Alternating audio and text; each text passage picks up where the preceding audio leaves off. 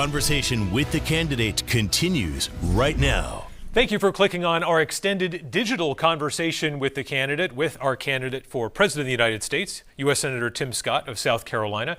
We want to get to as many town hall questions from our audience of New Hampshire voters as we possibly can. It's 30 minutes commercial free. We're going to start things off with Joan Wentworth. Good evening. Hey, Joan. A Gallup poll last year indicated that more than 2/3 of Americans were supportive of legal same-sex marriage, something that is not in keeping with your more conservative traditional Christian values. As president, would you initiate or support efforts to end the right to same-sex marriage? I would not. Thank you. You're welcome. I can go longer if you want me to. Sure. I'm sorry. Is there a why? Sure. What's the why there? I think Yeah. the Congress has voted and the Supreme Court has ruled. It is a settled issue and settled law. We have a lot of really important issues facing the American people. I would focus my attention on solving some of the problems that are persistent, that are necessary to be solved, and that's where we should focus our attention. Thank you. Yes, ma'am. Next question from Thalia Flores. Welcome, Senator Scott. Hello. Thank you for taking my question. Yes, ma'am. I participated in this process in 2019, looking for a candidate who could reach across the aisle, work with other members of the other party to get things done. I settled on Cory Booker. Disappointed that he dropped out of the race, but very hopeful when I found out that you and he were going to be working on comprehensive police reform. Yes. I would ask him the same question if he was here today that I'm going to ask you. What were the things you agreed on? What were the major sticking points, and why have you not been able to get that accomplished? Yes, so thank you for the very important question on police reform. I will say without any question, one of the things that we have to do in order for us to accomplish the goal of police reform is to make sure that the goal is to make our officers better trained, better equipped, and that the best wear the badge. We have to be committed to protecting our officers who are doing the most remarkable work under the hardest circumstances and not making it into a political football. I believe that police reform failed because there were too many folks on Cory's side of the aisle that were more interested in the issue than the solution. About 70% of what I presented as solutions, they agreed with. There were a few sticking points that were hard sticking points for a long time that I think we overcame, but we actually never saw the law become signed or frankly finished the legislation. Example is a qualified immunity. Qualified immunity basically says that the officer, when doing their job, has the protection that if something goes wrong, they're not personally liable for that. For a very long time, my friends on the other side of the aisle, so to speak, wanted to eliminate that qualified immunity. And I've said to the officers, not on my watch. We will never negotiate your qualified immunity, your liability. It's like saying there's a shooting, you go figure out how to solve the problem there, but if you do it wrong, we're taking your house and your pension. It's just impossible. We were at a negotiating table. Myself, Marco Rubio and Lindsey Graham, I invited those two. Cory Booker, Dick Durbin, and Kamala Harris were there. One of the three of those said, it wasn't Cory, it wasn't Dick Durbin. If we're here to negotiate, I'm leaving. She got up and she walked out. And so getting something done requires people who are committed to actually getting something done. And I'm not going to jeopardize law enforcement in order to get something accomplished. And frankly, I think we should increase spending and grants for law enforcement, not decrease spending and grants for law enforcement. The whole defund the police movement was to gut funding for our law enforcement. Not on my watch. I want to increase the funding in grants for body-worn cameras and de-escalation training and co-responders. I want to make sure that the best wear the badge. Weren't the grants tied to the training programs that you talked about? Well, there's two ways to look at that. So the answer is kinda. So what they wanted to do was there's something called the CALEA Standard. The CALEA Standard is a national organization that certifies law enforcement around the country. About 7% of law enforcement agencies are CALEA certified, 7%, which means 93% are not. when you put yourself in a position where you say that the federal government requires every single law enforcement agency to qualify at the CALEA level, you've just said we are nationalizing local police. I am opposed to nationalizing local police. So if you have to have a level of qualification, certification that you don't have today in order to qualify for the grants, we've just taken the money out of your agencies. And there are 15,000 agencies nationwide, about 300 in South Carolina. About half of the agencies in South Carolina have 10 officers or fewer. Asking the 10 officers or fewer to abide by the same standard as Chicago with thousands of officers is just inconsistent with reality. And so having one federal standard for all local law enforcement is something I can't abide by. So is it over? Are the talks dead? We had negotiations less than 60 days ago. We continue to work on the issues, but we have to have what I consider a serious red line for us to continue to negotiate. And we were really close just a few months ago, but once again, it broke down because of some of the small parts of the bill. I would rather have no legislation than bad legislation when it comes to protecting our law enforcement officers and the community where they serve. Thank you. Yes, ma'am. Next question comes from Laura Landerman Garber. Laura. Greetings. Yes, Thank ma'am. you for taking so many of the questions that the Granite Staters have for you. Absolutely. If I understand your words correctly, you do not believe that there is systemic racism in America. Correct. So I should check with you first Yes. on that. I Okay. do not believe America is a racist country. I don't. I can expound, but it sounds like you have a question. I do. Okay, I'll wait. And maybe I want to know a little bit about your distinction between systemic racism versus national racism. Okay. So that's A or B or whatever it is. So how does that intersect your belief with the rise in Asian hate crimes, the rise in white supremacy activities, and on a very personal and painful part for my own family, the rise in anti-Semitic attacks and the waving of Nazi flags? Yeah. So thank you, Laura, for the question. I would simply say that America is not a racist country, period. I don't apologize for that conclusion. When asked the same question, my friends on the other side of the aisle who are running the country, kind of, sort of, came to the same conclusion. I'd say this, though, really important question. Is there racism in America? Of course there is. Are the systems of our country racist? I don't think so. One of the things I did about 3 or 4 years ago is I led the efforts to create legislation. I sponsored the legislation, the anti-Semitism legislation that focused on anti-Semitism and hate on college campuses. Mm-hmm. It's the same legislation that former president made into an executive order and invited me with a few hundred of my closest Jewish friends to come celebrate that legislation that I worked on really hard to get passed. And fortunately, we found another route for it to happen.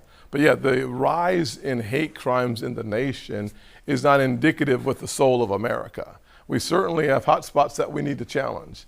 My sister-in-law, former sister-in-law, is Korean. My nephew is African-American Asian. And so focusing on some of the challenges that we see is the right thing to do. I think it's our responsibility as the American people, the American family, to stand up when we see it and speak out against it, not just when it affects you, but when it affects any of us. And that's what I've tried to do with my legislation.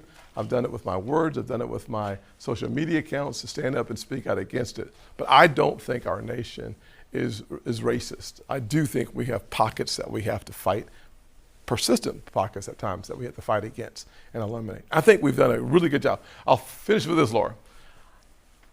I'm from South Carolina. Did y'all know that? Good, this is good. I was born and raised in Charleston, the place where the Civil War started. I happen to be African American, just in case you forgot.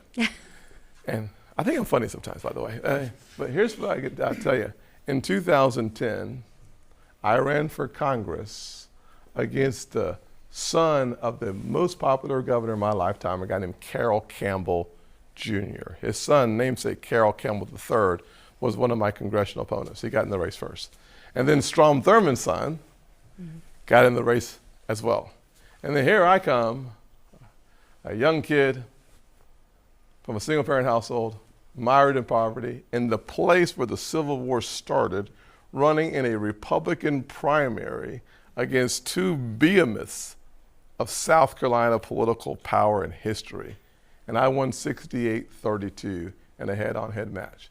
Why did that occur? I believe it's because of America's evolution that we judge people more on the content of their character than the color of their skin. We have work that still needs to be done, but can we pause long enough to see the remarkable arc of progress that is ours? We should embrace it, we should thank God for it, and then we should go back to work to make it even better. So count me in to fighting anti-Semitism every day of every week. Thank you. Yes, ma'am. Quick follow-up for you there, Senator, on this difficult topic, obviously. Sure. We're only 6 years removed now from the first black president, Barack Obama, who had to deal with a lot of situations on his own and decided to get involved in certain situations on his own as well. Dr. Gates in Boston, the beer summit there at the White House. How would your approach to race relations be different than President Obama's in the White House? It's a great question. I would say that my approach to most things would be different than President Obama's in the White House, to be honest with you, to include the issue of progress. I think we focus so much on race from a historical perspective and not enough looking in the windshield of America's future. The good news on the racial front, we should not try to be insincere about the progress we have made. We should also not whitewash the history of our nation. Our nation's history is provocative and painful on the issue of race, but our progress is palpable. It's one of the reasons why when we had this recent ruling from the Supreme Court on the end of affirmative action, 47% of African Americans agreed with the decision. Only 36% disagreed. What we're seeing in all corridors of life is progress. We still have work to do, but the progress we're making as a nation is undeniable. I want to make sure that we lead in progress. And here's the good news. From all the statistics that I've studied, all the things I've looked at, all the places I've gone, the future of this nation, the future of individual prosperity and opportunity will not be the color of your skin, but it will be the quality of your education. If you are resigned to send your child to a failing public school, the chances are really good, whether that's a black kid in an inner city or a white kid in rural America, pretty good. They will not realize their full potential. But if they have a really good K through 12 education, chances are really good that they're going to do remarkably well in the greatest country on God's green earth. Next question comes from Mark Boyd. Senator, good to see you again. Mark, I yes, sir. hope You you've been as well. enjoying our New Hampshire weather. I have. It's perfect today. A little warm almost in New Hampshire today. A little bit wet, too. Yeah, so, well, I was here at the Merrimack Parade on the 4th of July. Yeah. It was a lot wet. It was just a lot wet on that day, but it was great. We had a good time, though. New Hampshire is the second oldest state in the nation. Nearly 1/3 of our citizens are receiving Social Security benefits. Of these, 2/3 are relying on Social Security for at least 50% of their household income, if not more. If elected, how will you protect the sovereignty of Social Security for these folks as well as our future generation? Well, thank you for the question. I will simply say I will protect your Social Security and my mother's Social Security, period. My mother has two major retirement plans, Social Security and me. So there's a lot of work that needs to be done. We have to make sure that we continue to look at the solvency of Social Security. One of the things that the radical left and President Biden is not doing is taking the insolvency that looms in the 2030s seriously. We have to make sure that we provide the resources to shore up our Social Security, but it should never be in jeopardy. And in my administration, it will only get stronger, not weaker. We also have to look at the overall entitlement state of our nation. As an example, we spend about $1.1 trillion on Social Security. We spend about $850 billion on Medicare. We spend about $4 over $300 billion on Medicaid, over $300 billion on veteran benefits, over $350 billion on interest only on our debt payment, which has not absorbed in the 500 basis points increase. In order for us to tame the tiger, we're going to have to take a serious look at the overall entitlement state that we have and make good decisions on supporting it going forward. Second thing we have to do is grow our economy. If we don't grow our economy, we will not have the resources necessary to shore up our entitlement promises to the American people. Thank you. Yes, sir. Next question comes from Mateo Connolly. Mateo. Senator, it's an honor. Good to see you. What do you think is the role of the U.S. federal government in promoting equity in our society? Yeah, I think that equity is something you earn that cannot be given to you. And the current conversation of equity in our society seems to be a suggestion that someone can give it to you. I think you have to earn it. One of the ways that we recalibrate our scales is the answer to the previous question that has to do with education. Education is the closest thing to magic in America. The stronger and more powerful good education choices are for parents, the better it is for a kid to have a great chance at earning equity in our nation. But one of the things that we should look at is the state of housing in our country.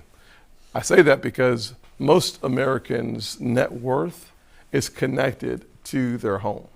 The more often you have equity in your house, the more often you have net worth in your family. When you don't have equity in your house, you don't have net worth in your family. So the fastest way for us to solve for equity increasing in neighborhoods around the country is for us to get inflation tamed, grow high-paying, high-tech manufacturing jobs in this country, and be serious about making sure that every child has a good education, not by thinking we can somehow give it away. It's hard to give away equity, but it is easy for us to help people earn it by their wages, their profits that come from their homes or their small businesses.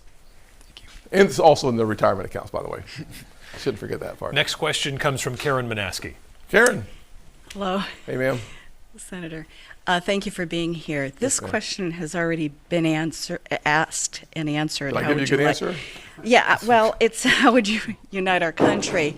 I am a mother of biracial twin boys that are adults that are living their lives in this beautiful country of ours and doing very well. And so my question is, what can I do as an American to unite our country? Well, thank you very much. I think the answer is kind of simple. You probably are already doing it. I would recommend that you do it a little bit more. Just keep loving them. Love is a powerful force for good. My three nephews are all biracial. One's African American Asian, the other two are half black, half white. So in my family, we just call it the United Nations. But one of the blessings I see when my nephew, Ben, who's here with me, I call him Little Ben, even though he's 32 years old now. Every time he has a college graduation or a graduation, I've taken his friends to lunch. And it's the most remarkable scene. It looks like the United Nations. And none of them have wallets, by the way. Their arms are all too short to get to their wallets, right? And I watched these kids. He went to Georgia Tech for his biomedical engineering degree. He went to Duke for his master's in engineering management. Then he went to Emory for medical school, and now he's in Boston doing his residency. But every time there's a graduation, he brings these kids from all over the country that all look different.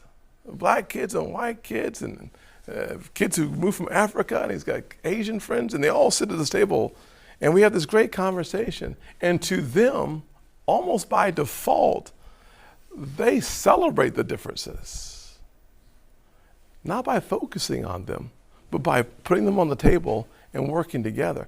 I honestly think that America makes incredible progress when we do that. I'll finish with this.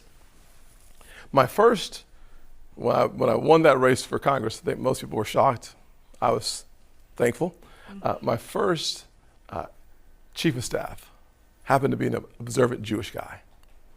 And he studied the Talmud. I studied the Bible.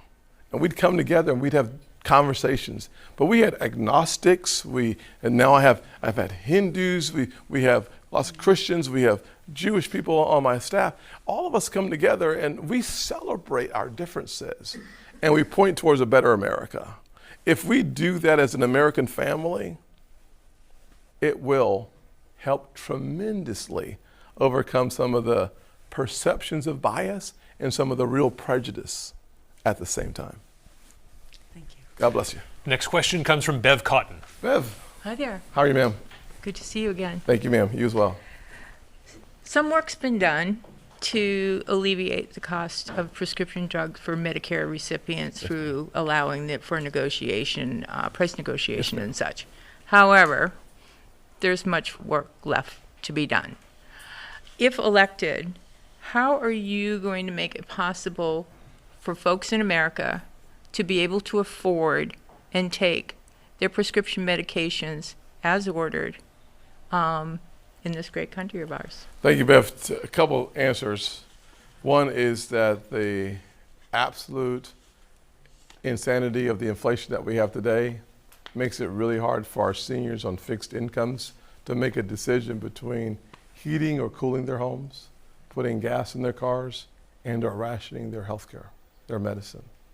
That's a real crisis that we see around the country. One of the ways that we can get that in better control is to purge the inflation out of our economy. The second thing that we have to do is recognize that the acceleration of research and development to improve the quality of drugs that we have in the country is a good thing. Today, about 90% of the medicine that most people take on a daily basis is on generic medicine, generic labels, which means that you can get your 30-day supply for high blood pressure, diabetes 2, cholesterol issues, all for about $4 a month. So the vast majority of our medicine is already on generic. What we're seeing is this acceleration towards a great new bright future where we're going to have individualized treatment and therapies for individuals. That is becoming challenging. Now, on Medicare, there's an out-of-pocket cap that is in place. Medicare Advantage provides even a different type of approach with their copays on their drug cards. But what we're going to have to do as a nation is to wrestle with how to have more research and development happen faster. I think technology will be a very important part of us being able to find the anomalies to accelerate to therapies and treatments very quickly. That's good news. I also think that you're going to start seeing people like myself as President of the United States, I would focus on who controls the actual cost of medicine. Oftentimes, it's not the pharmaceutical company, it's the PBMs. The PBMs, quite a challenge. And I don't know what purpose they serve. I really don't. Middleman. And that only increases the price and does not increase the quality. Correct. And so I would focus on the PBMs, but I would also focus on the other two that I said as well. Inflation is a really big issue, and research and development is a huge issue. And realizing that 90+% of our daily treatments of those three morbidities are now $4 a month because of the marvel of the American free market system. Thank you. Yes, ma'am. Thank you, ma'am. Senator, we have an online question coming from Catherine Blanchette, who asks, do you feel term limits and age limits should be implemented for all seats of federal government? Catherine? Catherine. I ain't that old. Anyways, Catherine, I am a big believer in term limits. I'm a person that is committed to term limits right now. I said I would not serve more than 2 full terms in my Senate role. I am in my 2nd full term. I just started it in 2022. I'm going to say bye-bye to the Senate, period.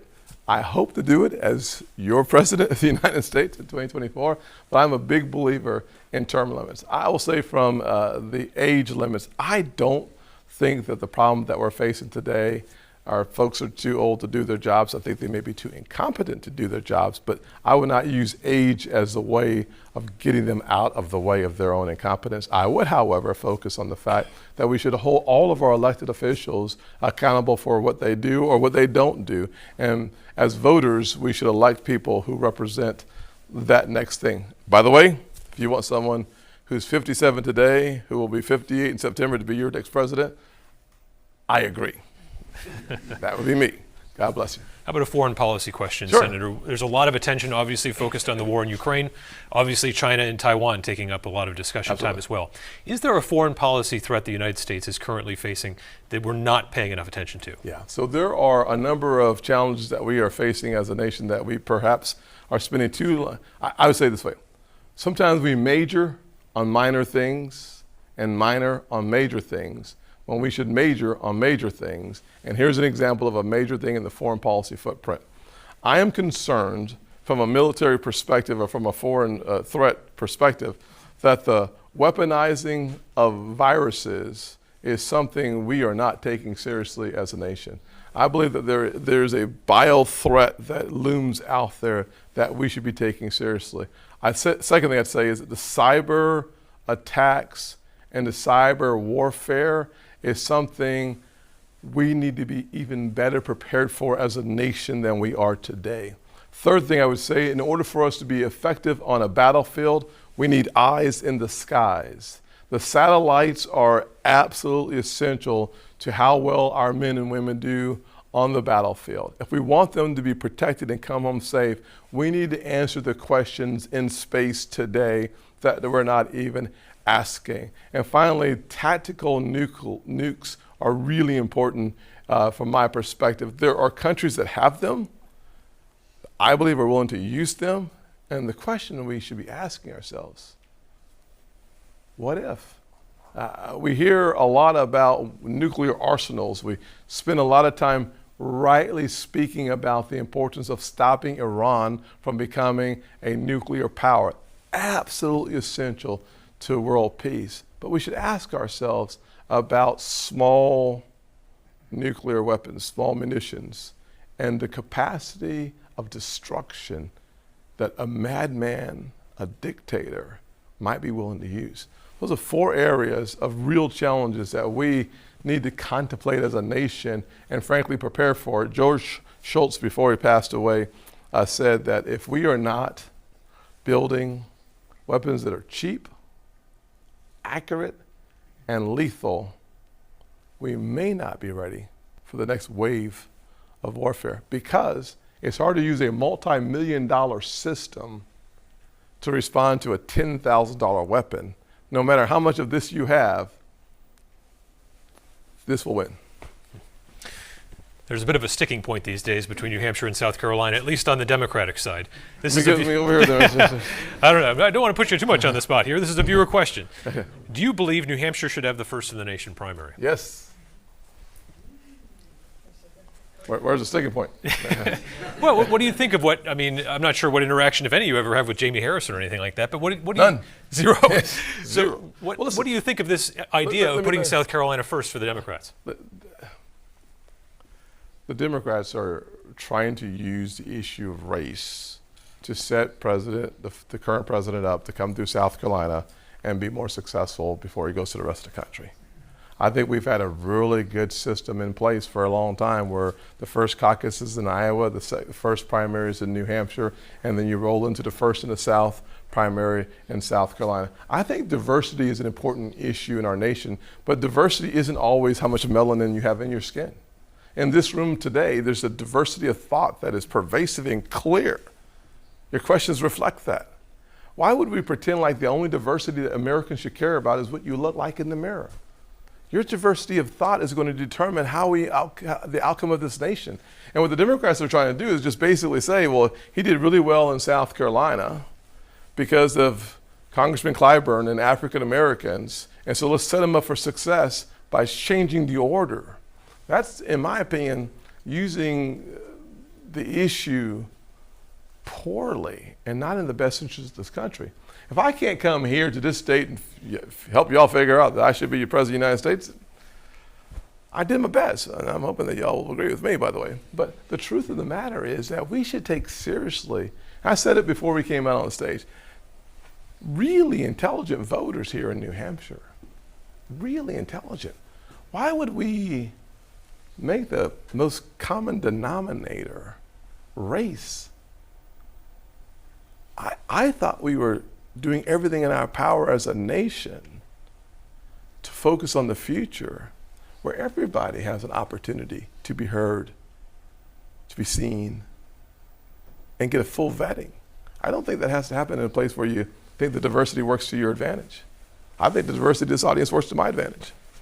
Well, Senator Scott, we've hit the 30-minute mark here All on right. Conversation with the Candidate. Thanks, we thank sir. you for your time. Thank you to the audience for your questions and your time. Thank you to all of you Thank watching y'all. at home.